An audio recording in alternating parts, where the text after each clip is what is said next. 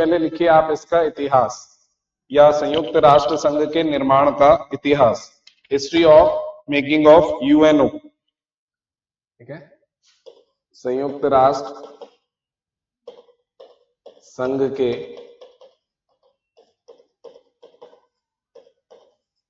निर्माण का इतिहास, संयुक्त राष्ट्र संघ के निर्माण का इतिहास, history of making of UNO. तो किस प्रकार ये यूएनओ बना, यूनाइटेड नेशन ऑर्गेनाइजेशन? तो सबसे पहले यूएनओ चार्टर का विचार जो है कब लाया गया था? अटलांटिक चार्टर 1942 में प्रस्तुत किया गया था फॉर द फर्स्ट टाइम।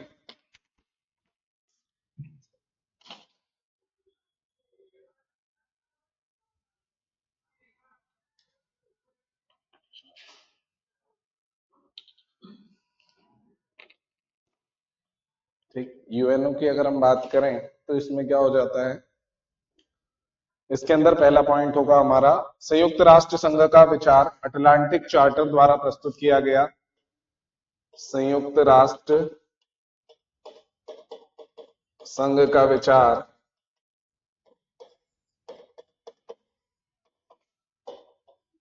सर्वप्रथम अटलांटिक चार्टर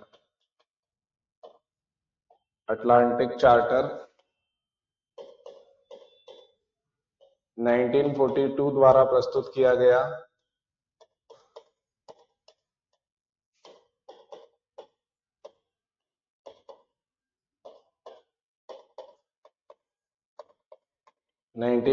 द्वारा प्रस्तुत किया गया, इंग्लिश में हो जाएगा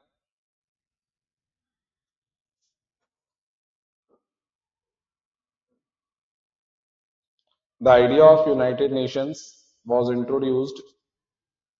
The idea of United Nations was introduced by Atlantic Charter of 1942. Was introduced by Atlantic Charter of 1942. Was introduced by Atlantic Charter of 1942. 1943 में यूएनओ के निर्माण के लिए तेहरान में सम्मेलन आयोजित किया गया। 1943 में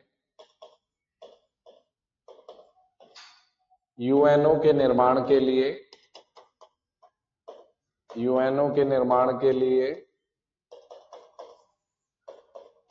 क्या तैयार किया गया? यूएनओ के निर्माण के लिए तेहरान सम्मेलन आयोजित किया गया। तेहरान कहां पर है? तेहरान सम्मेलन आयोजित किया गया।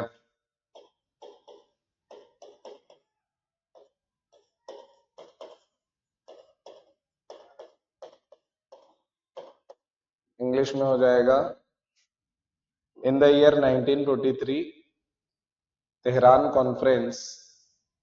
In the year 1943 Tehran conference was held. Tehran conference was held for the formation of UNO या formation of UN. Tehran conference was held for the formation of UN.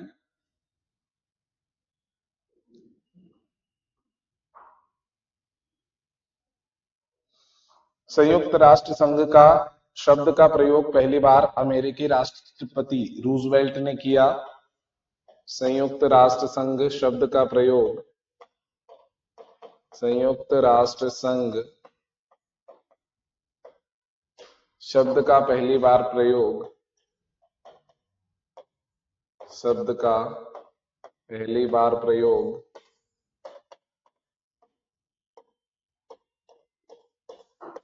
किसने किया? अमेरिकी राष्ट्रपति रूजवेल्ट ने किया। सर्वप्रथम प्रयोग अमेरिकी राष्ट्रपति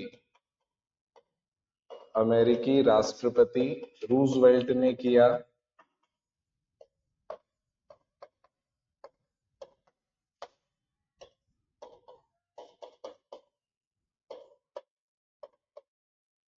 ठीक है, ये सब्जेक्ट मेनली जो है यूपीएससी के काम का है,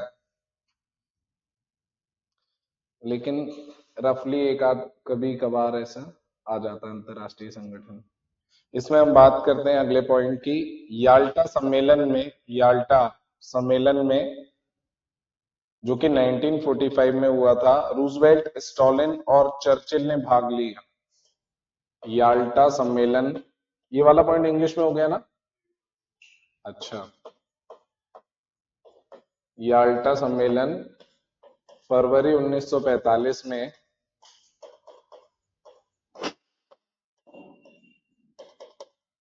रूजवेल्ट,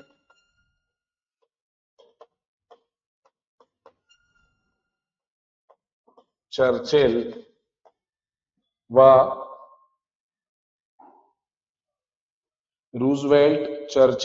व स्टॉलिन ने हिस्सा लिया। रूजवेल्ट, चर्चिल व स्टॉलिन ने हिस्सा लिया।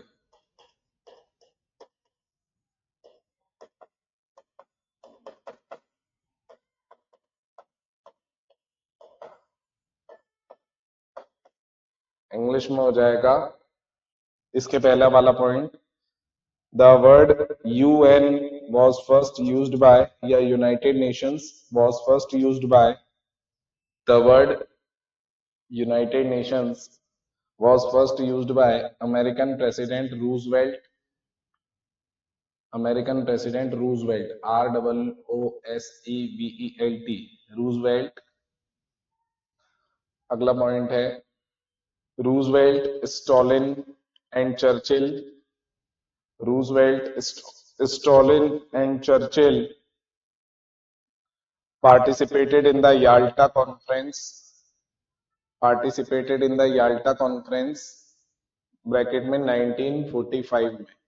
अब उसके बाद क्या हुआ? इस याल्टा,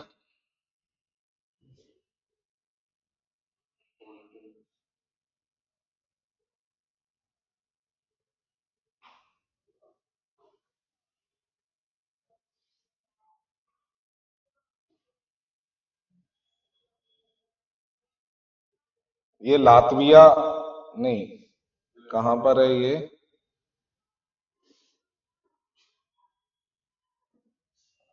क्रीमिया, रूस में है ये, है ना?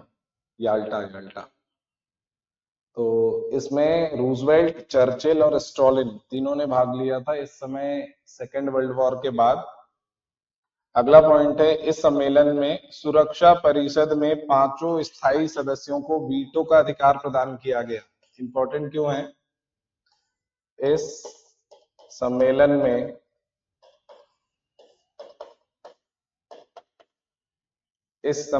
में सुरक्षा परिषद में पांचों स्थायी सदस्यों को, सुरक्षा परिषद में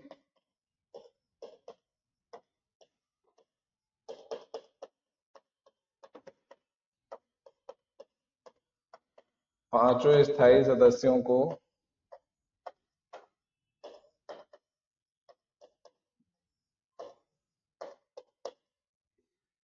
वीटो का अधिकार दिया गया। वीटो का अधिकार दिया गया, वीटो का अधिकार प्रदान किया गया, वीटो का अधिकार प्रदान किया गया।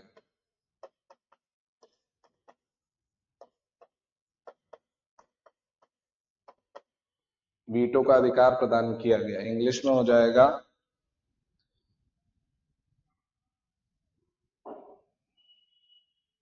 in this conference the five permanent members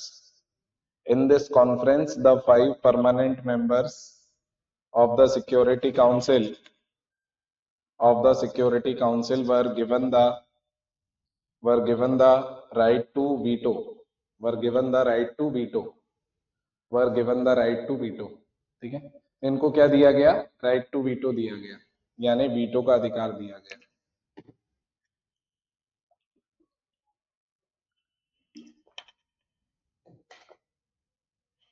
right to veto दिया गया। फिर उसके बाद हम बात करें और क्या हुआ यहाँ पर। सैन फ्रांसिस्को सम्मेलन में यूएन का चार्टर का निर्माण हुआ। सैन फ्रांसिस्को सम्मेलन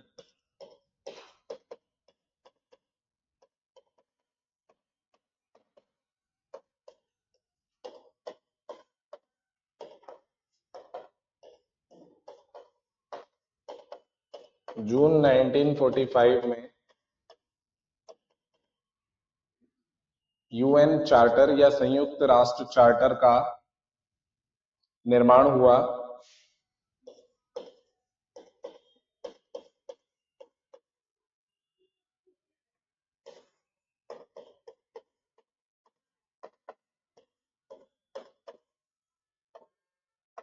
इन सैन फ्रांसिस्को कॉन्फ्रेंस ब्रैकेट में June 1945 in San Francisco conference June 1945 the charter of United Nations was created. The charter of United Nations was created.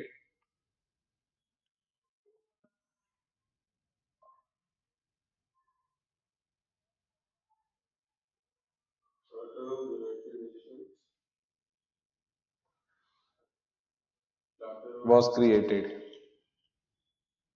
Charter of United Nations was created. ठीक है। अब इसमें विशेष क्या था, इन्होंने कहा कि 1 जनवरी 1942 को यूएन के जो घोषणा पत्र है उस पर जिसने साइन किया है वही इसके मूल सदस्य माने जाएंगे, यानी वही उसके क्या माने जाएंगे, फाउंडिंग मेंबर्स माने जाएंगे। तो फिर 24 अक्टूबर 1945 को यूएन का चार्टर स्वीकार कर लिया गया, इसलिए हम 24 अक्टूबर को ही यूएन डे के रूप में भी मनाते हैं। 24 अक्टूबर 1945 को 24 अक्टूबर 1945 को यूएन चार्टर को स्वीकार कर लिया गया, स्वीकार कर लिया गया, इसलिए कर लिया गया, इसलिए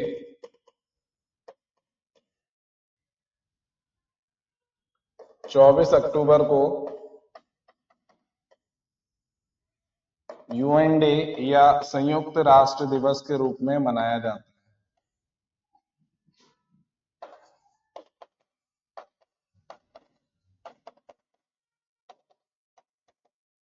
यूएन डे के रूप में मनाया जाता है। इंग्लिश में हो जाएगा आपका The Charter of United Nations was accepted on the Charter of United Nation accept क्या लिखा था, Charter of United Nation was accepted on 24 October 1945 was accepted on 24 October 1945. Therefore 24 October is also celebrated as 24 October is also celebrated as United Nations Day. Therefore 24 October is also celebrated as United Nations Day.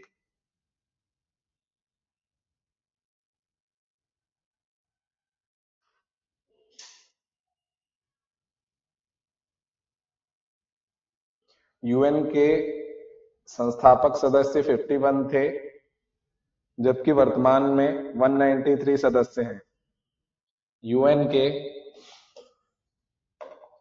51 संस्थापक सदस्य थे,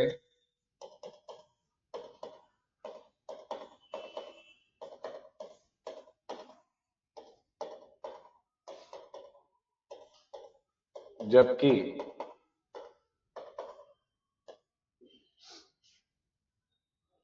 वर्तमान में 193 सदस्य हैं, 193 सदस्य हैं। भारत संस्थापक सदस्यों में से एक है। भारत संस्थापक सदस्यों में से एक है।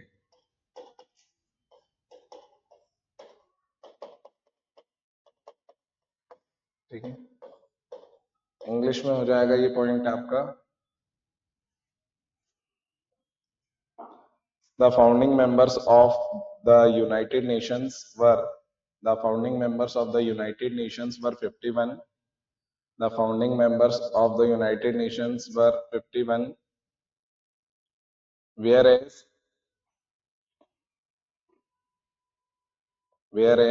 at present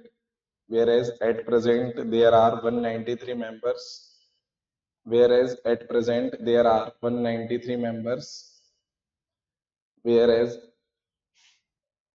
at present there are 193 members. India is the founding member, India is the founding member, ठीक है, भारत क्या है, फाउंडिंग मेंबर है, ठीक है।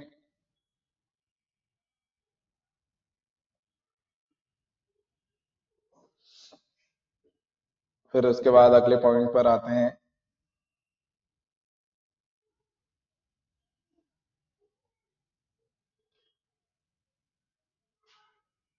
वर्तमान में सबसे नया सदस्य दक्षिणी सूडान या साउथ सूडान है। 193 कंट्री कौन है, 193rd मेंबर या सबसे नया मेंबर कौन है, दक्षिणी सूडान या साउथ सूडान, ये सबसे लेटेस्ट मेंबर है, ठीक है, लेटेस्ट मेंबर है साउथ सूडान। अच्छा, यूएन का उद्देश्य क्या है, क्यों बनाया गया, इसका ऑब्जेक्टिव क्या है, तो उद्देश्य लिख लीजिए,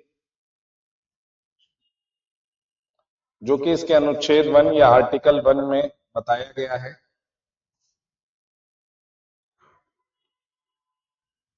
आगे चलें, ठीक। यूएन के उद्देश्य की बात करें तो यूएन का उद्देश्य क्या है, यूएन का उद्देश्य या ऑब्जेक्टिव ऑफ यूनाइटेड नेशंस, जब इसके ऑब्जेक्टिव की बात करें तो यूएन चार्टर के अनुच्छेद 1 के अनुसार, according to UN charter, UN charters article 1, अनुच्छेद 1 के अनुसार, according to article 1 of UN charter 1 या यूएन चार्टर, ठीक है, according to article 1 of UN charter. तो पहला इसका जो उद्देश्य है वो ये है कि अंतरराष्ट्रीय शांति और सुरक्षा को बनाए रखना, अंतरराष्ट्रीय शांति और सुरक्षा को बनाए रखना, to make international peace and security, अंतरराष्ट्रीय शांति व सुरक्षा को बनाए रखना, ठीक है, अंतरराष्ट्रीय शांति व सुरक्षा को बनाए रखना। दूसरा इसका उद्देश्य है आपका, दूसरा उद्देश्य सभी राष्ट्रों के मध्य मैत्रीपूर्ण संबंधों का विकास करना, सभी राष्ट्रों के मध्य, सभी राष्ट्रों के मध्य मैत्रीपूर्ण संबंधों का विकास करना, सभी राष्ट्रों के मध्य मैत्रीपूर्ण संबंधों का विकास करना।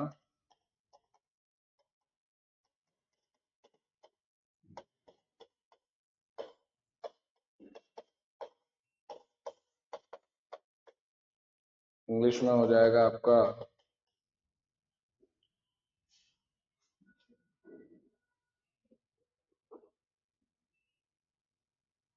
to develop friendly relations, to develop friendly relations among all nations, to develop friendly relations among all nations।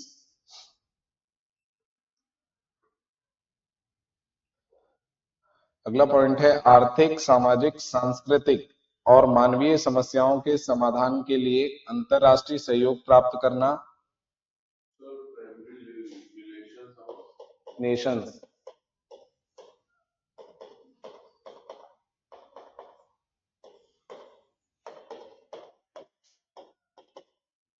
आर्थिक, सामाजिक, सांस्कृतिक व मानवीय समस्याओं के समाधान के लिए, मानवीय समस्याओं के समाधान के लिए, मानवीय समस्याओं के समाधान के लिए अंतरराष्ट्रीय सहयोग प्राप्त करना।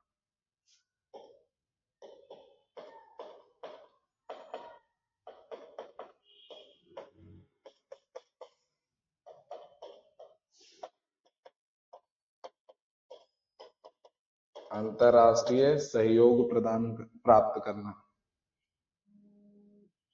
1 मिनट जरा होल्ड करना।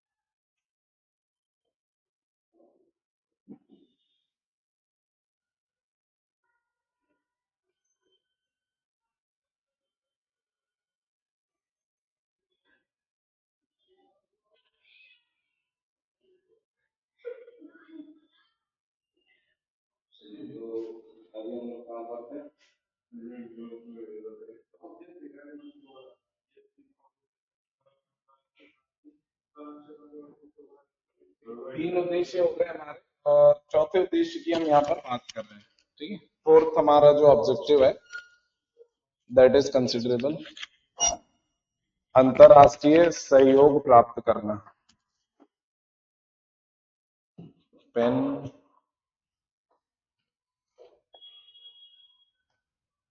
अंतरराष्ट्रीय सहयोग प्राप्त करना।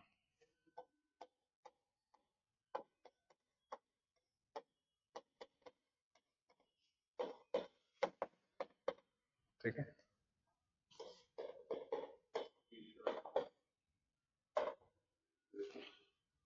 इंग्लिश में हो जाएगा आपका to seek international cooperation for to seek international cooperation for to seek international cooperation for to seek international cooperation for the solution of for the solution of economic for the solution of economic social cultural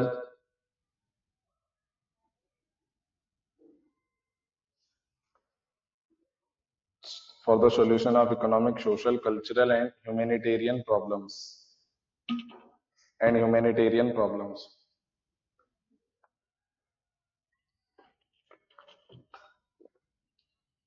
ठीक है, चौथा last, इन सामान्य उद्देश्यों की उपलब्धि के लिए एक समीकरण केंद्र का कार्य करना। इन सामान्य उद्देश्यों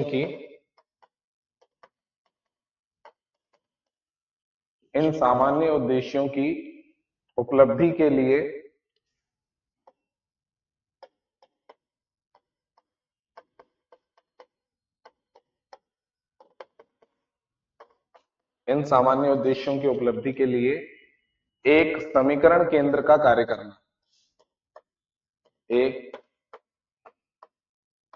समीकरण केंद्र का कार्य करना। इंग्लिश में हो जाएगा to function as an equalisation center for the to function as an equalization center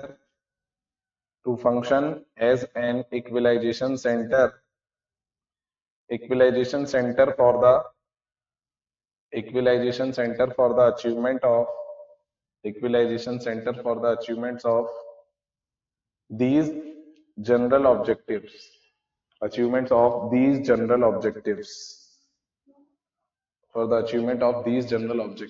ठीक है, तो ये हो जाता है आपका क्या, इनके उद्देश्य।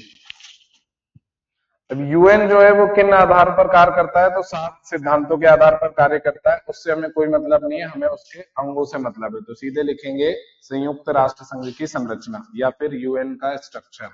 देखिए, स्ट्रक्चर ऑफ यूएन या संयुक्त राष्ट्र संघ की संरचना।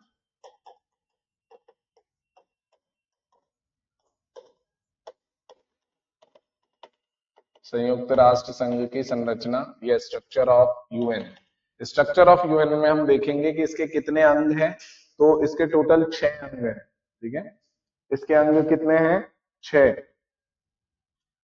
अंग है, एजेंसी है, प्रोग्राम है और कोष है। मतलब 4 अलग अलग चीजें हैं इसमें। क्या क्या है, पहला है यूएन के अंग यानी ऑर्गन्स। ठीक है, कितने ऑर्गन्स हैं इसके, 6। इनको अभी डिटेल में देखते हैं। और यहां पर दूसरा हो जाएगा अंग के बाद आपका एजेंसी, फिर कार्यक्रम और फिर कोष। एजेंसी, कार्यक्रम यानी प्रोग्राम और कोष यानी फंड। ठीक है, अंग की बात करें तो यूएन के अंग कौन कौन से हैं।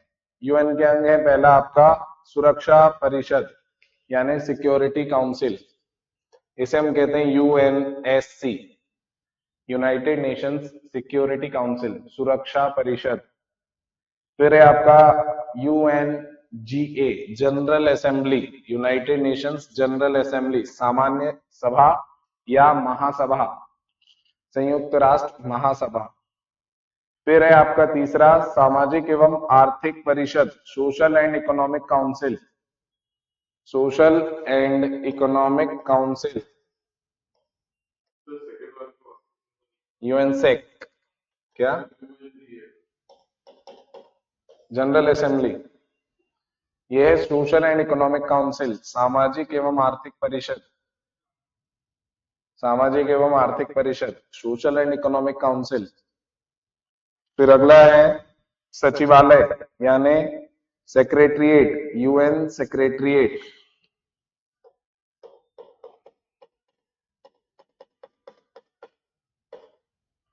सेक्रेटरिएट, सेक्रेट,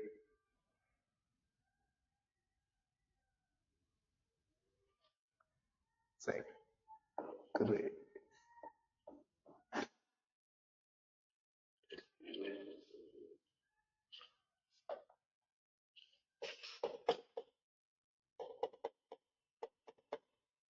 सेक्रेटेरिएट, ठीक है, यानी सचिवालय, सचिवालय या सेक्रेटरिएट, ठीक है।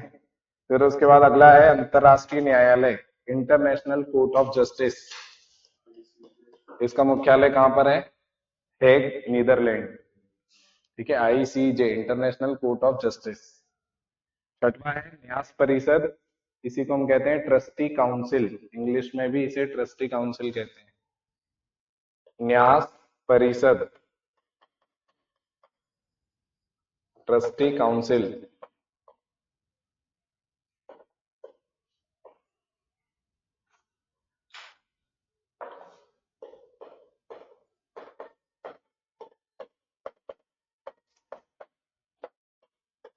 न्यास परिषद, ये हो गए आपके 6 अंग, कौन कौन से? क्या है ये? United Nations security council, United Nations general assembly, United Nations social and economic council, secretariat, ICJ और ट्रस्टी काउंसिल, ठीक है। दूसरा एजेंसी की बात करें तो एजेंसी कौन कौन सी है यूएन की? पहली है आईएलओ, अंतरराष्ट्रीय श्रम संगठन, इंटरनेशनल लेबर ऑर्गेनाइजेशन, इसका जो हेडक्वार्टर है वो कहां पर है? जिनेवा, स्विट्जरलैंड, ठीक है, स्विट्जरलैंड, श्रीलंका मत कर लेना, ठीक है। इन अंतरराष्ट्रीय श्रम संगठन आईएलओ, ठीक है, अंतरराष्ट्रीय श्रम संगठन आईएलओ ऑर्गेनाइजेशन, इसका मुख्यालय जिनेवा स्विट्जरलैंड में है। दूसरा है यूनेस्को, यूनेस्को, यूनेस्को का फुल फॉर्म क्या है? इसका जो हेडक्वार्टर है वो पेरिस फ्रांस में है। कहां पर है? Paris, France. United Nation educational, scientific and cultural organisation, United Nations educational, social and cultural organisation, social and cultural organisation.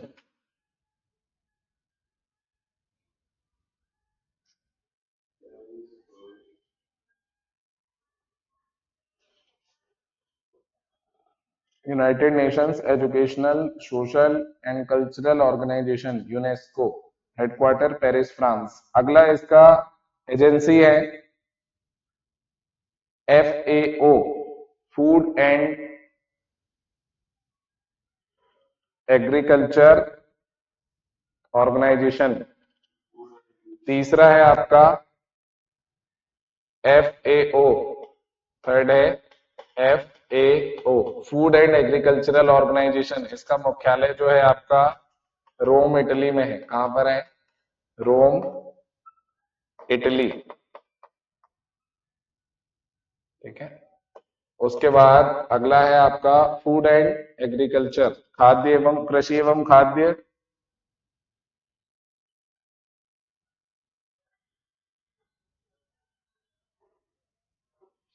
अगला है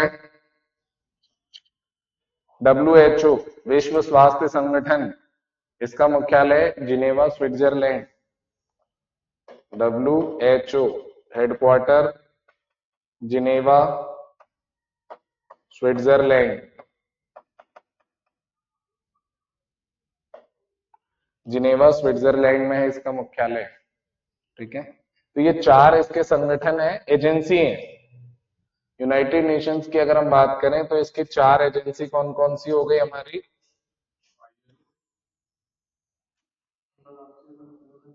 ठीक है, एजेंसी की बात करें तो ILO, यूनेस्को, WHO और FAO। ठीक है, चार इसकी एजेंसी है, ILO, FAO, UNESCO and WHO। तो अगर ऐसे याद रखें, शिक्षा, स्वास्थ्य, कृषि, श्रम। ठीक है, कृषि में श्रम करेंगे तो अच्छी शिक्षा और अच्छा स्वास्थ्य मिलेगा। ठीक है, कृषि में मेहनत करेंगे तो क्या होगा? अच्छी शिक्षा और स्वास्थ्य मिलेगा। क्लियर? दो का मुख्यालय जो है जिनेवा स्विट्जरलैंड में है, यूनेस्को का फ्रांस में और FAO का इटली में है।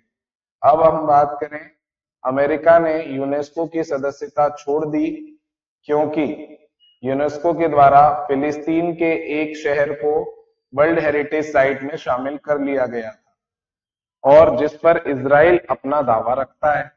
तो आपको पता है कि इजराइल के सपोर्ट में कौन है? अमेरिका।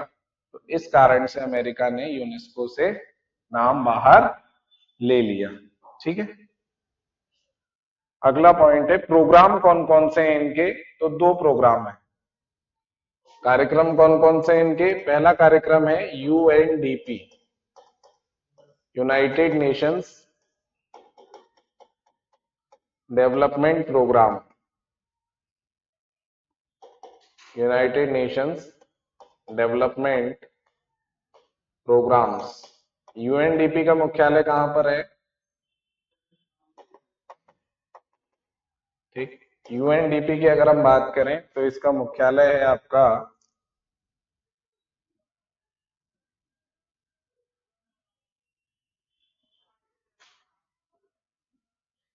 ये न्यूयॉर्क USA में। न्यूयॉर्क। अभी इनको सबको डिटेल में पढ़ना है अपने को, इनको उतना नहीं है लेकिन इनको जरूर पढ़ना है। अंतरराष्ट्रीय संगठनों में हमें इन्हें ध्यान से देखना होगा। UNDP हो गया, फिर है UNEP, United Nations environment programme.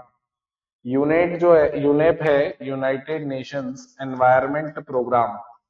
ये एकमात्र ऐसा संगठन है UN का जो अफ्रीकन कंट्रीज में है। United Nations environment programme. तो इसका मुख्यालय कहां पर है? इसका मुख्यालय है आपका हेडक्वार्टर नैरोबी, केन्या में। Nairobi, Kenya. इसका मुख्यालय है नैरोबी, केन्या में। केन्या की राजधानी है नैरोबी। ठीक है, तो केन्या में जो है अफ्रीकन कंट्रीज में एकमात्र UN का कोई संगठन है, प्रोग्राम है। तो UNDP और UNEP इसके प्रोग्राम्स हैं। देन हम बात करें इसके कोष की, तो सबसे पहला है यूनिसेफ। कोष यानी फंड। ठीक है, पहला है आपका यूनिसेफ। फर्स्ट क्या है हमारा? यूनिसेफ। यूनिसेफ का पहली बात तो फुल फॉर्म पूछ लेता है आपसे।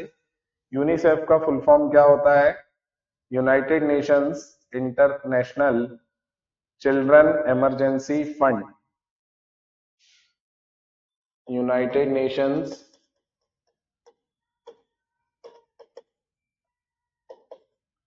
International international children emergency fund,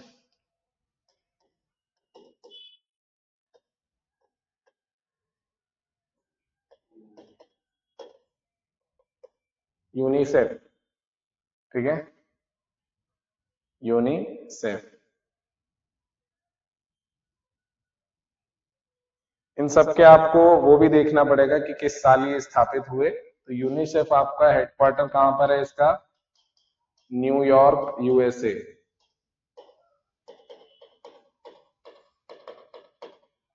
New York, USA में जो है इसका मुख्यालय है। दूसरा इसका कोष या फंड की बात करें, अच्छा लास्ट में हमने क्या लिख लिया, फंड है ना, हाँ ठीक है। दूसरा है आईएमएफ। आईएमएफ का फुल फॉर्म क्या है?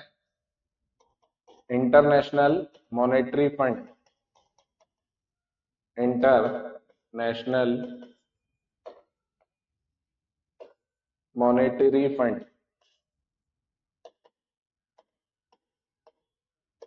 International monetary fund. इसकी अगर हम बात करें तो ये कहां पर है आईएमएफ?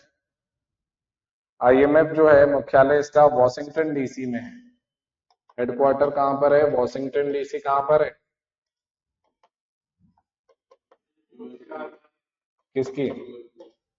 यूएसए में, ठीक है।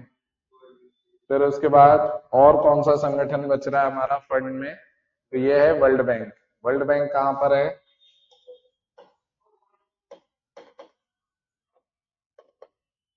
ये भी आपका यूएसए में ही है, ठीक है। वर्ल्ड बैंक की बात करें तो वर्ल्ड बैंक कहां पर है? ये भी यूएसए में ही है, ठीक है। यूएसए में वॉशिंगटन डीसी में है। वॉशिंगटन डीसी में है आपका वर्ल्ड बैंक, ठीक। तो ये हो गया हमारा पूरा यूएन कंप्लीट, मतलब अभी शॉर्ट में हुआ है।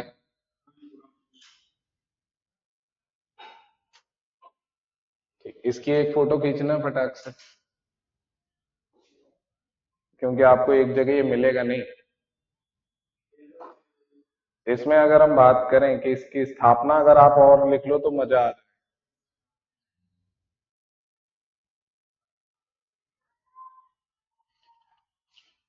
ठीक है, तो ये जो है आपका संयुक्त राष्ट्र संघ की क्या हो गई संरचना। इसके अगर हम भागों में बांटे, 4 भागों में हमने बांटा, organ, agency, programme and fund. तो 6 इसके ऑर्गन है, एजेंसी इसकी 4 है, ठीक है, प्रोग्राम इसके 2 हैं और फंड इसके 3 है, ठीक है। क्लियर है? ऑर्गन कितने हैं? 6, एजेंसी है 4, प्रोग्राम है 2 और फंड कितने हैं? 3।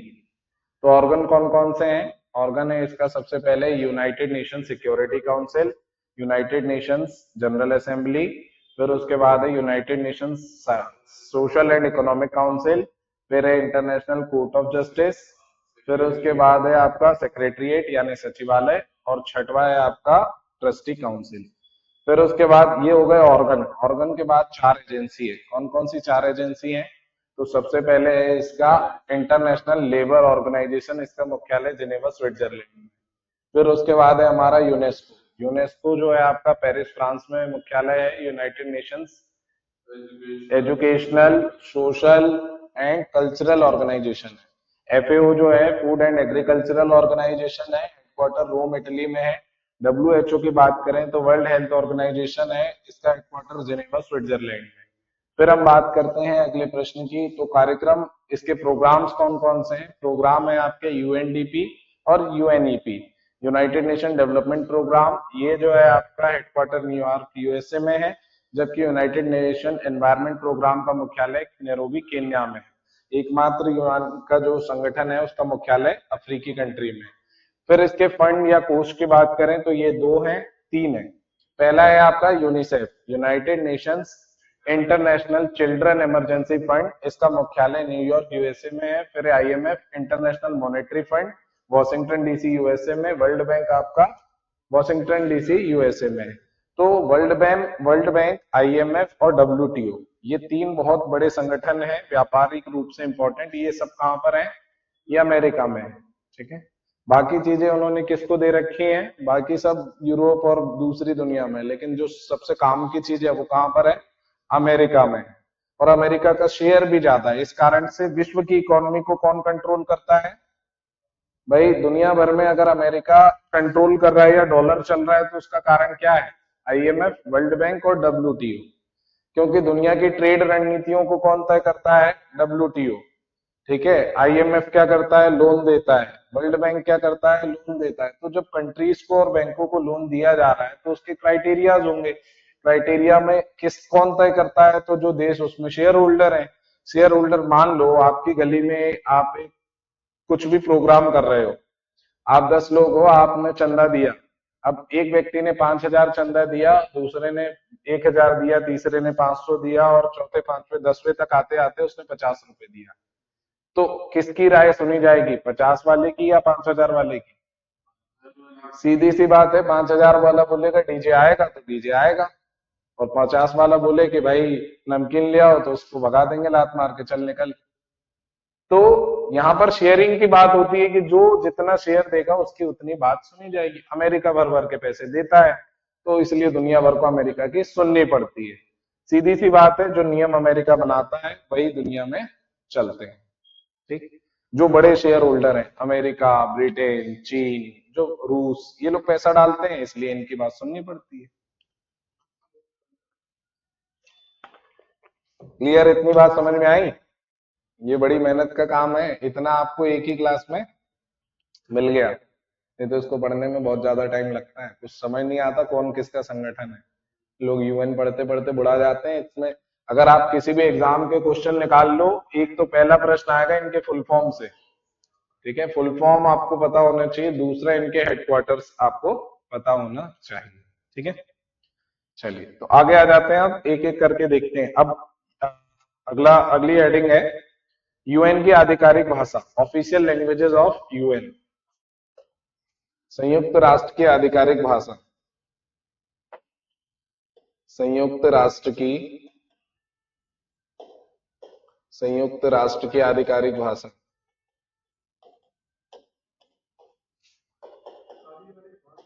ऑफिशियल लैंग्वेजेस ऑफ यूएन,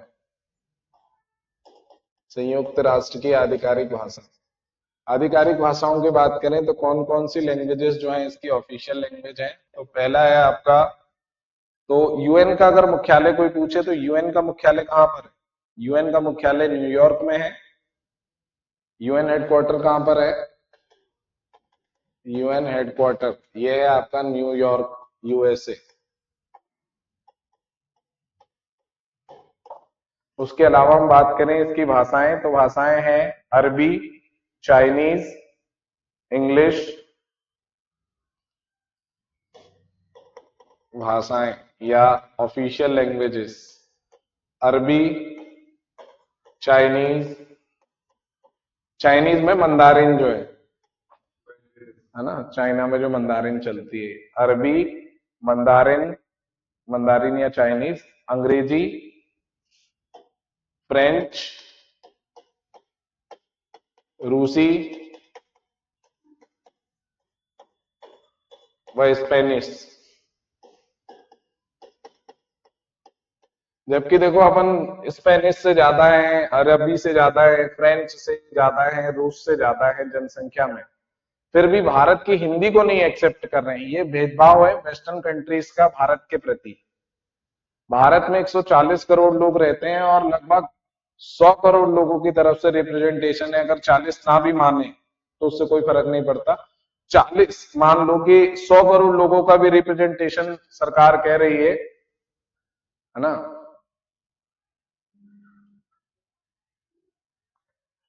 कि हमें क्या चाहिए, हिंदी को आप ऑफिशियल लैंग्वेज का दर्जा दे दो, तो ये अभी तक पॉसिबल नहीं हो पाया। इंडिया हर साल ये मांग करता है और हर बार ये नकार दी जाती है। ठीक है, फिर हम बात करते हैं अगले पॉइंट की और, तो कितनी भाषाएं हैं यहाँ पर, 6 भाषाएं, अरबी, चाइनीज, अंग्रेजी, फ्रेंच, रूसी और स्पेनिश। फिर उसके बाद कामकाज की भाषा कौन सी है, तो सचिवालय के कामकाज की भाषा अंग्रेजी और फ्रेंच है, उनकी कामकाज की भाषा। ये सब उनके बोलने की भाषाएं हैं, कामकाज की भाषा। लैंग्वेज ऑफ ऑफिशियल वर्क कौन कौन सी हो जाएगी? अंग्रेजी और फ्रेंच।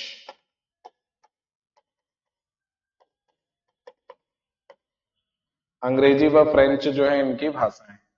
फिर उसके बाद ये है क्या, अगर आपसे कोई पूछे यूएन भाई है क्या, हमने ये सब तो पढ़ लिया, यूएन ये है, यूएन वो है, लेकिन यूएन है क्या? तो लिख लीजिए संयुक्त राष्ट्र संघ की प्रकृति, नेचर ऑफ यूएनओ, संयुक्त राष्ट्र संघ की प्रकृति, संयुक्त राष्ट्र संघ की प्रकृति, नेचर ऑफ यूएनओ। नेचर की बात करें कि ये क्या क्या कर सकता है या क्या ये है, तो पहला पॉइंट हो जाएगा आपका इसमें, यूएन एक अंतरराष्ट्रीय संगठन है जो राष्ट्र राज्यों की सहायता पर निर्भर है। यह एक अंतरराष्ट्रीय संगठन है, यह एक अंतरराष्ट्रीय संगठन है जो अंतरराष्ट्रीय संगठन है जो राष्ट्र राज्यों की सहायता पर निर्भर है, जो राष्ट्र राज्यों की सहायता पर निर्भर है, की सहायता पर निर्भर है।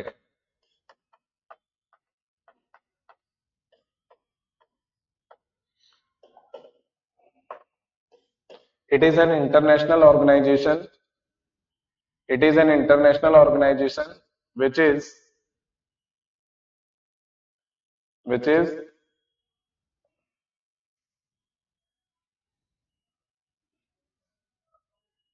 depends on the support of nation states, which is depends on the support of nation states, जो राष्ट्र राज्यों की सहायता पर निर्भर है, depends on the support of nation states।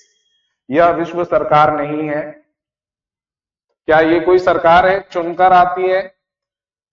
यह विश्व सरकार नहीं है।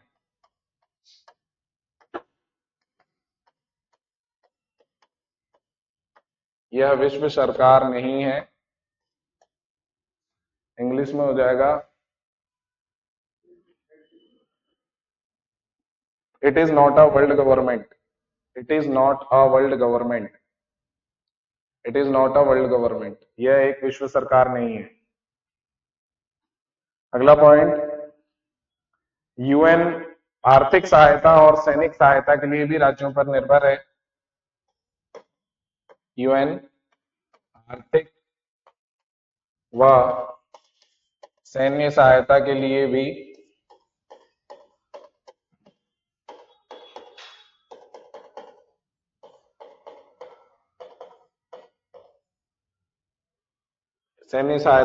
भी राज्यों पर निर्भर है, राज्यों पर निर्भर है। इंग्लिश में हो जाएगा आपका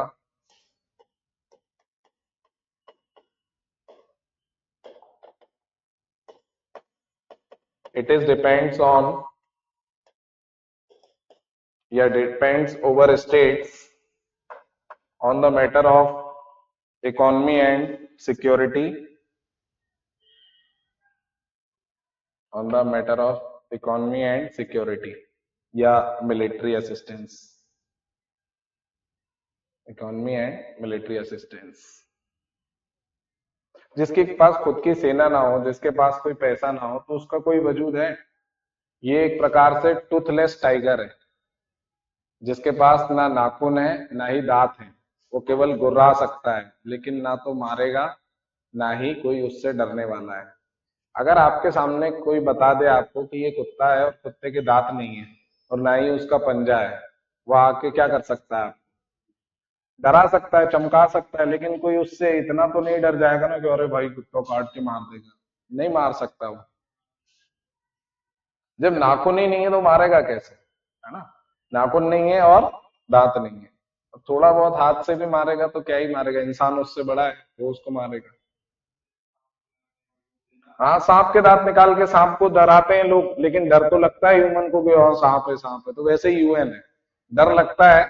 छोटे देशों के लिए ये बहुत पावरफुल है, जो कमजोर देश है आर्थिक रूप से या और शक्तिशाली उसमें।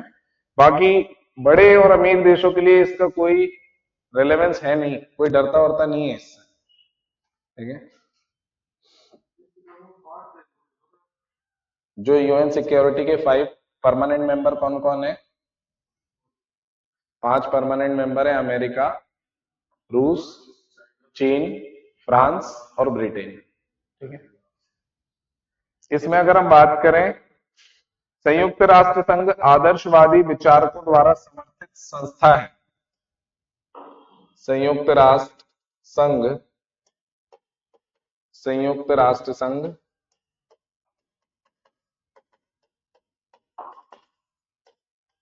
आदर्शवादी विचारकों द्वारा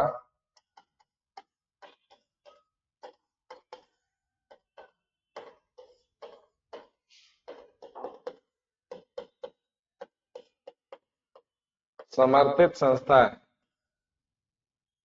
इंग्लिश में हो जाएगा यूएनओ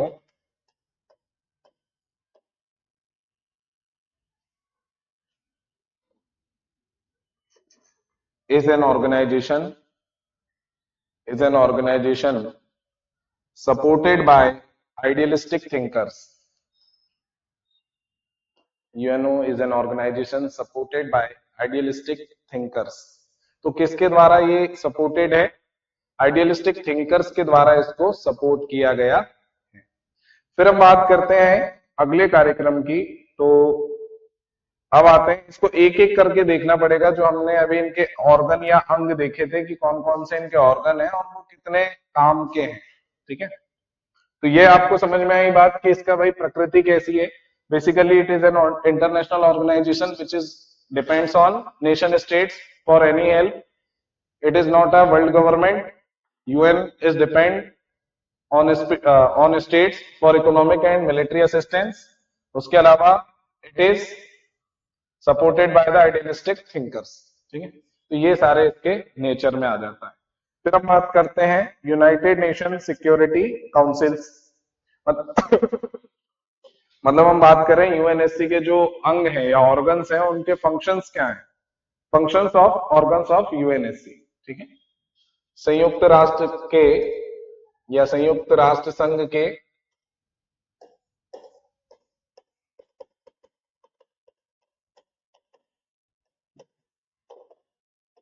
अंगों के कार्य, functions of UNO organs.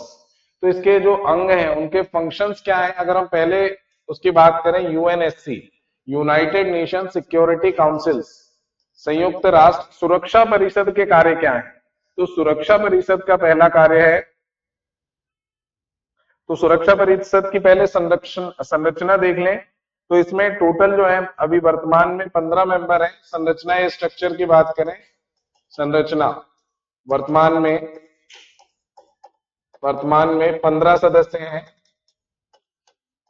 Eight present there are 15 members in which 5 सदस्य स्थायी, 5 members are permanent and 10 members are non-permanent. 10 members are non-permanent. 5 सदस्य स्थायी और 10 सदस्य अस्थायी हैं। पहले ये 6 हुआ करते थे, 1963 में इसे 10 कर दिया गया। अच्छा, ये जो अस्थायी सदस्य हैं इनका रेशो कहां से लिया जाता है? 1963 में इसको 6 से 10 कर दिया है। और ये जो 10 मेंबर हैं इनको चुनने की प्रक्रिया क्या है? इनमें से क्राइटेरिया है कि भाई 5 मेंबर कहां से होंगे? 5 मेंबर्स अफ्रीका व एशिया से। 5 members are from Africa and Asia. 5 members are from Africa and Asia. उसके अलावा 2 सदस्य लैटिन अमेरिका से। Latin America means what? दक्षिण अमेरिका या सदर्न अमेरिका। 2 सदस्य लैटिन अमेरिका से, ठीक है। 2 सदस्य कहां से हैं? लैटिन अमेरिका से। उसके बाद हम बात करें, 2 सदस्य लैटिन अमेरिका के हो गए। फिर है आपका 2 सदस्य पश्चिमी देशों से, 2 सदस्य पश्चिमी देशों से, वेस्टर्न कंट्रीज, इसमें यूरोप अमेरिका सब आ जाएंगे। पश्चिमी देशों से, पश्चिमी देशों से, वेस्टर्न कंट्रीज, एक सदस्य पूर्वी यूरोप से, एक सदस्य पूर्वी यूरोप से, eastern Europe, from eastern Europe. तो ये कुल मिला के बेवकूफ बनाने वाली रणनीति है कि हम 10 मेंबर बना रहे हैं, नॉन परमानेंट मेंबर, ये वो, तो उनको संतुष्टि देने वाली बात है। भाई देखो, आपको देना हो तो प्रॉपर दे दो, क्यों बेवकूफ बना रहे हो? ठीक, ये अस्थायी का है भाई, नॉन परमानेंट का है। परमानेंट तो है ना, उनका कोई क्राइटेरिया नहीं है, वो बन गए।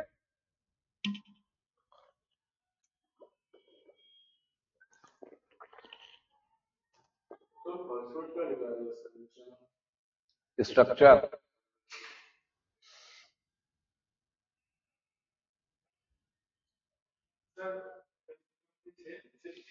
3 में 63।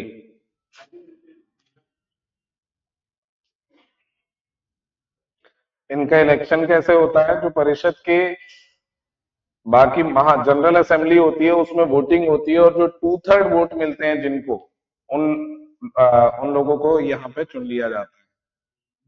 1971 में एक देश था जो स्थायी सदस्यता से निकल गया, और फिर बाद में चीन को स्थायी सदस्य बना दिया। पहले 1971 तक कौन होता था? राष्ट्रवादी चीन, नेशनलिस्ट चाइना, जिसमें ताइवान भी इंक्लूड था। जब 1971 की बात करते हैं तो उसमें ये वाला ताइवान इंक्लूड था, बट 1971 में वो ताइवान वाले हिस्से को, क्योंकि ताइवान अब अलग देश है, तो ताइवान जब अलग हो गया, अब जो चीन है उसे जनवादी चीन कहते हैं। जनवादी चीन का मतलब क्या है? पीपुल्स चाइना, पहले कहलाता था नेशनलिस्ट चाइना। ठीक है, तो नोट करके अलग से लिख सकते हैं आप। 1971 में क्या हुआ?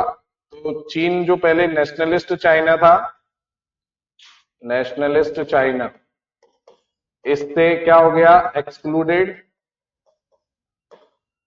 Taiwan and then called People's China, इसको ऐड कर दिया गया। ठीक है, ये इंपॉर्टेंट है। तो आप देखते हैं चाइना का जो भी, चाइना का मेन न्यूज़पेपर कौन सा है? People's Daily. ठीक है, वहां पर जो भी है People's Republic of China, PRC, ये सारी वहां की कहानी है। ठीक है, जो भी कुछ होगा पीपुल्स होगा।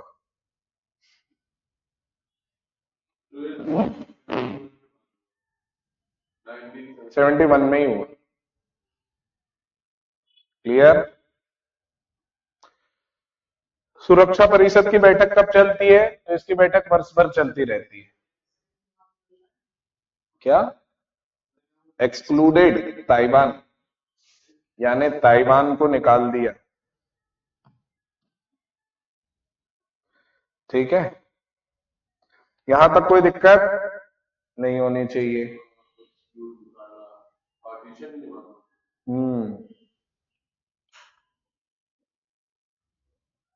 मान लो अगर आपको किसी भी चीज को एक्शन में लेना है, फॉर एग्जांपल रूस यूक्रेन की लड़ाई में अगर दुनिया चाहती कि हम यूक्रेन पर हमला कर दें या रूस पर हमला कर दें, उसके लिए कितने परमानेंट मेंबर का वोट चाहिए? 9 9 9 टोटल मेंबर का वोट चाहिए, और एक मतलब जो अस्थायी लोग हैं इनमें से 9 लोगों का समर्थन होना चाहिए, और इनमें से ये 5 लोग जो है इनका क्या नहीं होना चाहिए? विरोध नहीं होना चाहिए। तो भारत के मामले में बाकी तो सब समर्थन दे देते हैं, 14 लोग, केवल एक हीरो आ जाता है। कौन? चीन। बाकी सब समर्थन देते हैं हमको। रसिया चाइना, रसिया अमेरिका बिल्कुल विरोधी लोग हैं, लेकिन दोनों समर्थन दे देते हैं। लेकिन ये जो चाइना है ना, ये ज्यादा नाक में दम करता है, तो इसीलिए तो करता है। उसका कहना है मुझे इंडिया से कोई दिक्कत नहीं है, मैं अभी देने तैयार हूं यूएन की परमानेंट सीट, पाकिस्तान को भी देना पड़ेगा। बाकी देश मना कर देते हैं, कि उसके पास खाने के ठिकाने नहीं है, तुम उसको परमानेंट सीट की बात कर रहे हो, हथियार के नाम पे परमाणु बम बना लिया है बस, है कि नहीं? तो ये हो जाता है आपका क्या, ये परमानेंट मेंबर। क्लियर? तो ये है कहानी किसकी, यूएनएससी की। क्लियर है? ठीक। परमानेंट मेंबर हो गए, नॉन परमानेंट मेंबर हो गए, और इनकी कहानी हो गई। फिर हम बात करते हैं इनके कार्य क्या हैं। इनका कार्य है सामूहिक सुरक्षा, यानी ग्रुप सिक्योरिटी। उसके अलावा अंतरराष्ट्रीय शांति और सुरक्षा बनाए रखना, इंटरनेशनल पीस एंड सिक्योरिटी बनाए रखना। इनका उद्देश्य है शांति और सुरक्षा बनाए रखना और सामूहिक सुरक्षा सुनिश्चित करना, यानी टोटल सिक्योरिटी इंश्योर करना। ठीक है?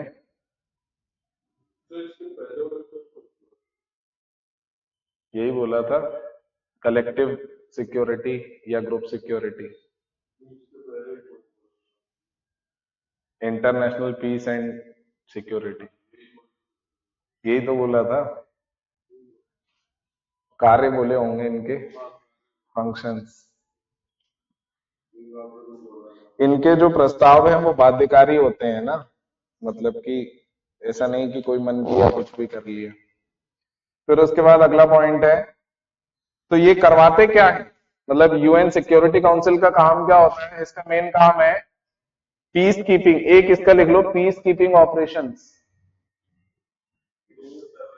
ठीक है? यूएनएससी क्या करता है? ये करता है पीस कीपिंग ऑपरेशन।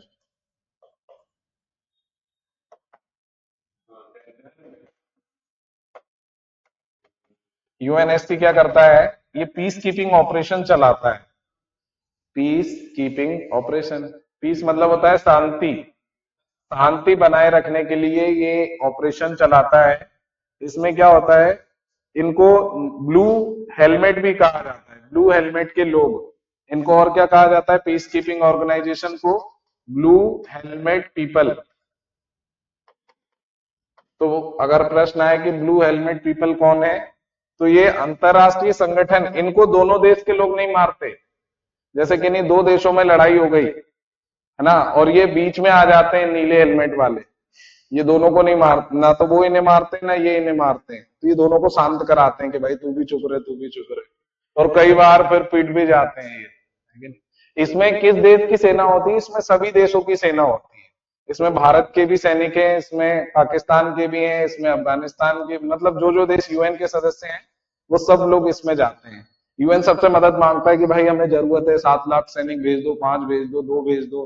तो अभी आपने संसद में देखा होगा कि जो कौन है, राहुल गांधी की बहन का नाम क्या है, प्रियंका गांधी। तो प्रियंका गांधी जो है वो लेके गई क्या, झोला, फ्री पैलेस्टाइन वाला। तो जिस दिन वो फ्री पैलेस्टाइन लेके गई, उसी दिन अपने विदेश मंत्री का बयान आ गया कि भाई देखो तुम फ्री पैलेस्टाइन लेके जा रही हो, हमारे तरफ से 7 लाख सैनिक जो है वो इसराइल की तरफ से लड़ रहे हैं। तो उनने कहा कि हमारे भारतीय सैनिक लड़ रहे हैं और आप उनका मोरल गिरा रहे हो, तो हम आज ही और सैनिक भेजेंगे। तो भारत सरकार का ये ऑफिशियल स्टैंड था, है कि नहीं? तो मतलब देखो, कुल मिला के अब जब सेना की बात होगी तो हम सेना की तरफ हैं। ठीक है? राजनीति अपनी जगह है, सेना अपनी जगह है। ठीक है? और भारत की सेना तो बहुत महान इसलिए भी है क्योंकि वो राजनीति में कभी पड़ती ही नहीं।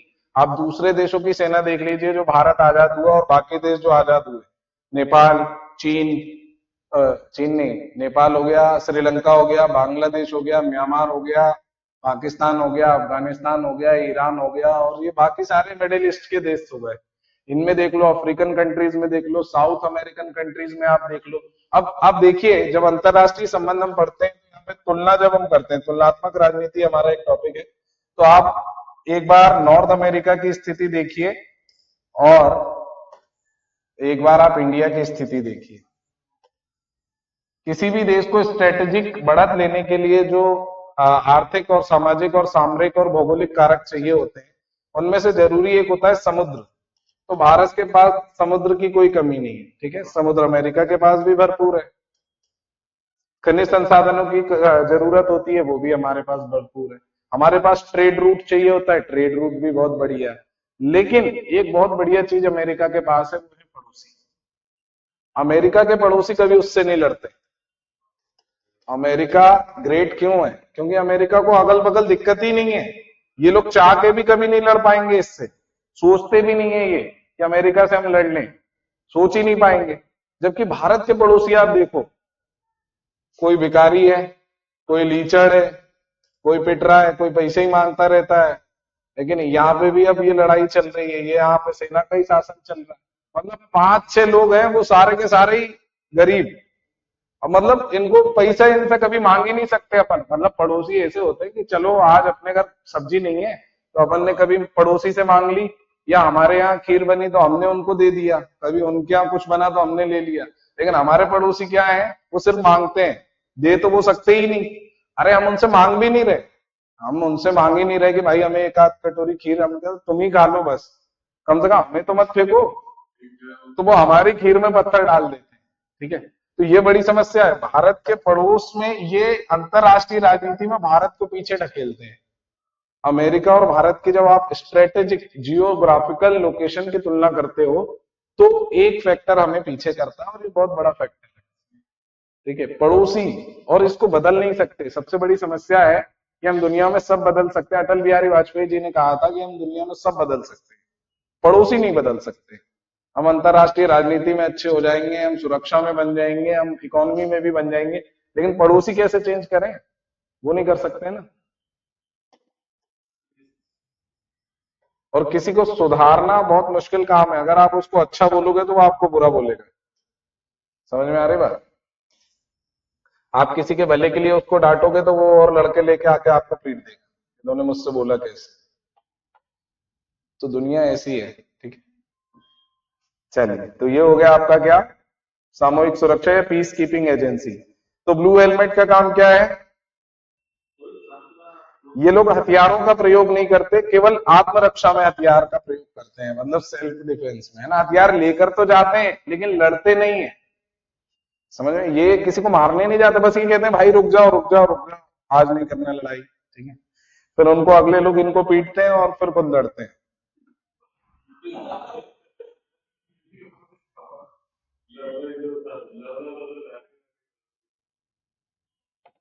एक शब्द आता है पीस मेकिंग, इसके बारे में दो शब्द लिख लेते हैं अपन। What is peace making?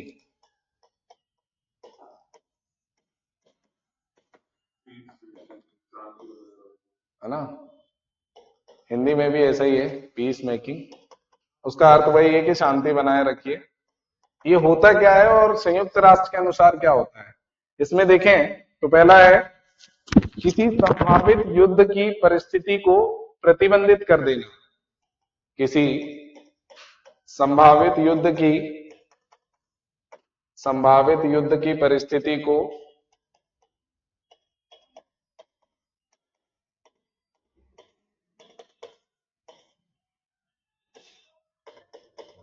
प्रतिबंधित कर देना ही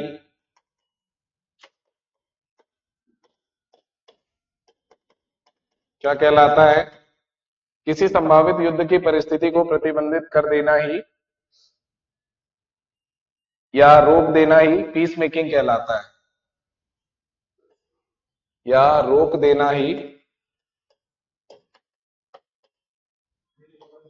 पीस मेकिंग कहलाता है। पीस मेकिंग कहलाता है।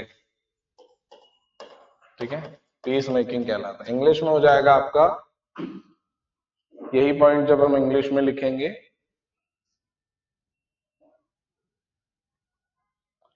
रिस्ट्रिक्टिंग और stopping a possible war situation, restricting or stopping a possible war situation. A possible war situation is called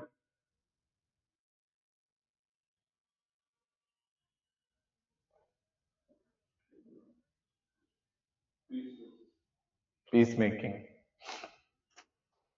इसे निवारात्मक या निषेधात्मक कूटनीति के रूप में भी जाना जाता है। इसे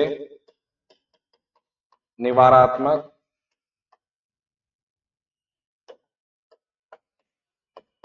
या निषेधात्मक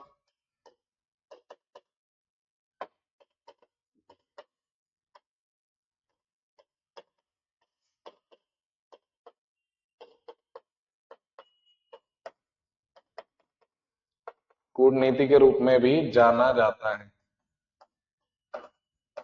इंग्लिश में हो जाएगा it is also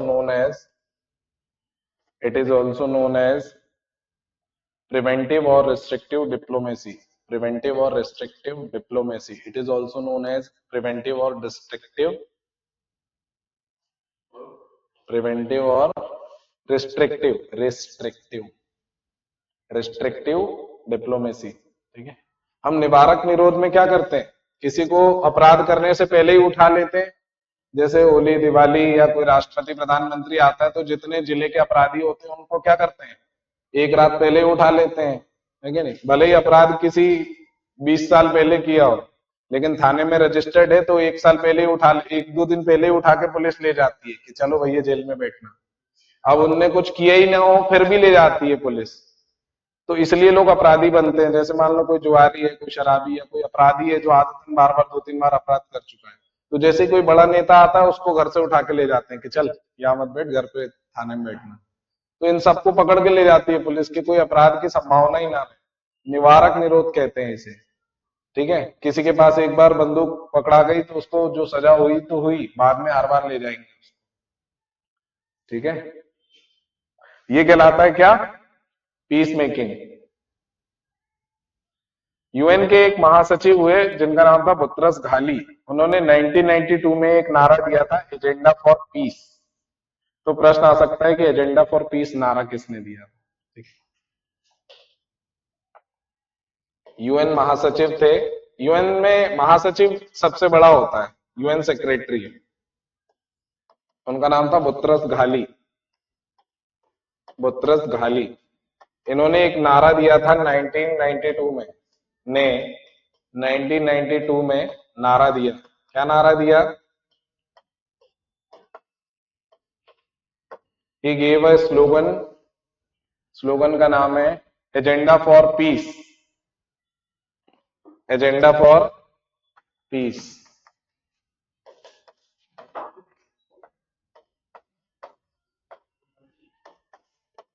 Boutros Ghali. ठीक है। Boutros Ghali.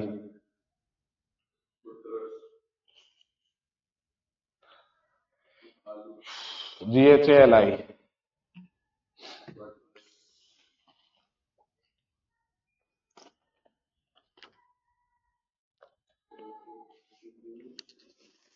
इसके बाद की कहानी अपन अगली क्लास में देखेंगे, जिसमें हम देखेंगे general assembly, social and economic council, sustainable development goals जो 17 गोल्स हैं, मानव अधिकार परिषद या human rights council, there structure, इनका सचिवालय और इनके महासचिव अभी तक कौन कौन है, ये सारी कहानी। अभी तक इनके 9 महासचिव रहे हैं, इनके बारे में अपन देखेंगे।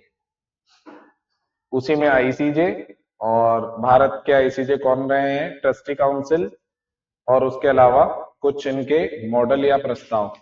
तो कुल मिला के यूएन के बारे में देखेंगे। फिर इनके इसी में एक कॉफी क्लब आएगा, कॉफी क्लब के बाद G4 आएगा, G4 के बाद G7 आएगा, G7 के बाद यूएनओ की उपलब्धियां क्या है, यूएनओ की प्रासंगिकता क्या है, अंकटाड क्या है, यूएनडीपी, यूएनएससीआर, यूएन, यूनिसेफ, मतलब जो भी इसके रिलेटेड संगठन है उनको इसी क्रम में आगे देखेंगे। अंतरराष्ट्रीय विधि, आईसीजे, और उसके अलावा बस खत्म। ठीक है।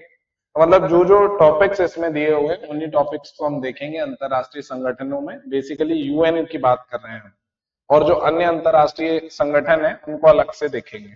ठीक है। मेन हमारा अभी मोटिव है कि हम इसको फटाक से कर लें। फिर हम अगले चैप्टर में गेट और आईएमएफ वाली, WTO वाली कहानी को समझेंगे। ठीक है। गेट और फिर WTO, कैसे बना WTO, तो वो वाली कहानी अगले चैप्टर में देखी जाएगी, जिसमें हमारा है अंतरराष्ट्रीय संबंध की राजनीतिक अर्थव्यवस्था, पॉलिटिकल इकोनॉमी। देन आएगा हमारा regional organisations, which is European Union, and after that Lisbon Treaty, African Union, South African development community, Shanghai cooperation organisation से लगातार 3 प्रश्न आए हैं, एससीओ। देन दक्षिण दक्षिण सहयोग, साउथ साउथ एग्रीमेंट, दक्षिण चीन सागर विवाद, भारत आसियान। और उसके अलावा हम बात करें तो ये सारी चीजें इसमें रहेंगी। और फिर कंटेम्प्रेरी चैलेंजेस जो भारत के सामने हैं, फॉर एग्जांपल आतंकवाद, है ना, और आतंकवाद के अलावा आईएसआईएस जो आतंकवादी संगठन है। देन हम बात करें sustainable development and deep ecology, ये कुछ टॉपिक्स हैं जो हमें आगे करना है। ठीक है, चलिए, तो आज की क्लास यहीं समाप्त करते हैं। धन्यवाद, जय हिंद।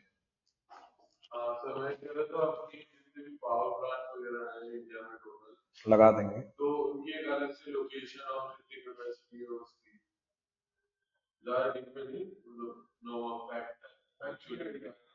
हाँ, और जैसे नेशनल